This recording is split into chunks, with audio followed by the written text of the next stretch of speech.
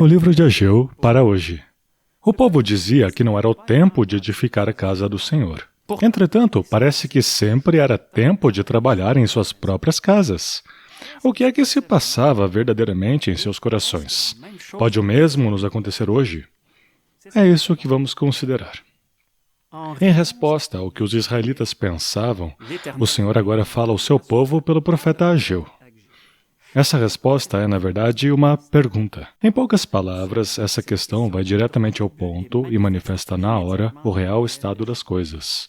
Veio, pois, a palavra do Senhor por intermédio do profeta Ageu, dizendo: porventura é para vós tempo de habitardes nas vossas casas forradas, enquanto esta casa fica deserta? Como lemos em Hebreus 4:12, a palavra de Deus é apta para discernir os pensamentos e intenções do coração. Todas as coisas estão nuas e patentes aos olhos daquele com quem temos de tratar. A palavra de Deus é como um espelho que mostra realmente aquilo que somos. Se tomarmos isso no coração e colocarmos em prática, haverá a bênção de Deus sobre o que fazemos, como também encontramos em Tiago 1:25. Este tal será bem-aventurado no seu feito. Assim, essa única pergunta da parte de Deus põe o dedo diretamente no verdadeiro problema e manifesta o estado dos corações. Se não era o tempo de edificar a casa do Senhor, seria porventura esse o tempo de cada um ficar em casa? Examinemos a situação mais de perto. Primeiro, eles tinham casas, mas a casa do Senhor estava devastada. Depois de todos esses anos, muito trabalho de preparação havia sido feito e talvez até concluído, e provavelmente havia muito material pronto. Esta suposição se baseia no fato de que o trabalho foi terminado em somente 4 anos depois de retomarem a obra, enquanto que foram necessários 7 anos para Salomão, e isso em circunstâncias bem mais favoráveis. As fundações haviam sido lançadas, mas a casa ainda não tinha sido edificada. Segundo, eles tinham casas forradas, mas a casa do Senhor estava devastada. Eles tiveram muito tempo e energia para terminar suas casas com gosto e ficar confortáveis, mas não foram capazes de encontrar tempo e energia para a casa do Senhor. Não era o tempo, a seus olhos, devido às circunstâncias, e o que não ousaram dizer, devido ao seu conforto. Terceiro, eles habitavam em suas belas casas, mas a casa do Senhor ainda estava devastada. Por que ir construir a casa do Senhor se podiam gozar do conforto de suas casas e das alegrias que encontravam ali, com a família e os amigos? É nesse contexto que o Senhor pergunta, por meio de seu profeta: dizeis que não é tempo de edificar, mas é tempo de habitardes confortavelmente em vossas belas casas, enquanto minha casa fica em ruínas? Só o fato de fazer essa pergunta deve ter tocado os seus corações e lhes feito refletir. Como eles podiam habitar confortavelmente em suas casas, enquanto que havia tanto trabalho a fazer na casa do Senhor? Era justo dizer, não é o tempo de edificar? E, no momento seguinte, dedicar tempo e recursos em suas próprias casas? O povo tinha se desleixado paulatinamente, passando de um trabalho ativo na reconstrução da casa do Senhor para a busca de seu conforto pessoal. Aquilo que eles não ousavam dizer, o Senhor o manifestou em clara luz. Seus corações não estavam mais nas coisas de Deus, mas ocupados com o conforto e com o bem-estar que podiam encontrar. Considerando esses breves pontos à luz da palavra de Deus, como está nosso próprio coração em relação ao serviço de Deus? Somos povo zeloso de boas obras? Andamos nas boas obras, as quais Deus preparou de antemão? Ou também nós precisamos confessar que há muitas outras coisas que ocupam nosso tempo e nossa energia? De um lado, queremos servir ao Senhor porque o amamos e sabemos que há uma grande recompensa por isso. Em especial, ouvir o Senhor nos dizer: bem está, servo bom e fiel.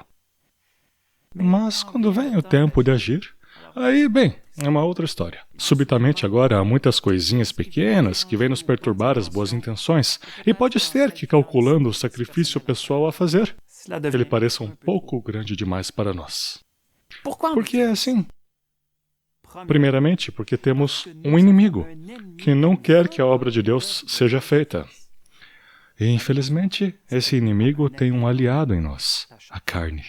O presente século oferece tudo o que satisfaz o homem natural, de modo a afastar o seu coração das coisas de Deus. Lembramo-nos da triste notícia que Paulo escreveu a Timóteo, em 2 Timóteo 4,10. Demas me desamparou, amando o presente século. Nós não lemos que ele voltou a uma vida de pecado. Pode ser que tenha continuado a viver uma vida cristã, mas o lugar que o presente século tomou em seu coração tornou muito difícil continuar a seguir Paulo. Ele desejou um caminho mais fácil. Aproveito esta ocasião para mais uma pequena reflexão sobre o abandono de Paulo por Demas. Evidentemente, isso significa que ele o deixou. Mas não temos, por analogia, uma imagem interessante daqueles que ainda hoje abandonam os ensinamentos de Paulo, porque, sem surpresa nenhuma, o presente século se opõe aos seus ensinos. O homem natural sempre se opôs à palavra de Deus. Mantemos o que satisfaz a carne em sua religião e filosofias e substituímos o resto por ensinamentos do homem. Que guardemos também o bom depósito pelo Espírito Santo que habita em nós. Eis o que nosso inimigo está fazendo. Ele quer tirar o nosso coração das coisas de Deus, entre outras formas, seduzindo-o para as atrações que o presente século oferece. Há de tudo para satisfazer todos os gostos. É por isso que devemos nos lembrar constantemente das sérias palavras do apóstolo João. Não ameis o mundo, nem o que no mundo há. Se alguém ama o mundo, o amor do Pai não está nele. Em segundo lugar, nossa prontidão em servir a Deus pode esfriar por fazermos a conta errado. Não temos mais os olhos da fé que nos fizeram ver a recompensa que o Senhor deseja nos dar enquanto permanecemos em sua presença. Antes, nossos olhos estão no preço que temos de pagar agora. Tempo, fadiga, dificuldades, incompreensão das pessoas, etc.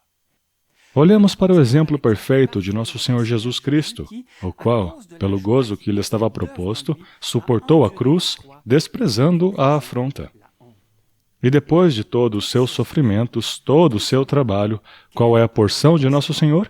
Ele assentou-se à destra do trono de Deus. Que grande encorajamento! Se há um preço a pagar, há também um peso eterno de glória para quem suporta esta leve e momentânea tribulação. Essa primeira pergunta que o Senhor fez ao seu povo trouxe à luz aquilo que estava realmente em seus corações. Eles paulatinamente se desleixaram e se entregaram aos confortos enquanto a casa do Senhor estava devastada. Nossos corações não são melhores do que os deles, e o perigo é o mesmo para nós hoje.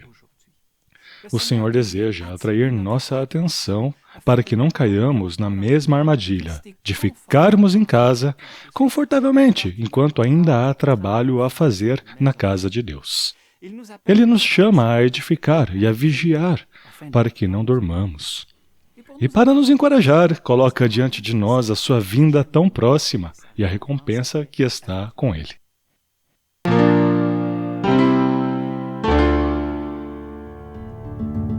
No próximo vídeo, consideraremos certos detalhes para os quais o Senhor chama a atenção de seu povo. Em antecipação à vinda do Senhor que lhes digo, até breve.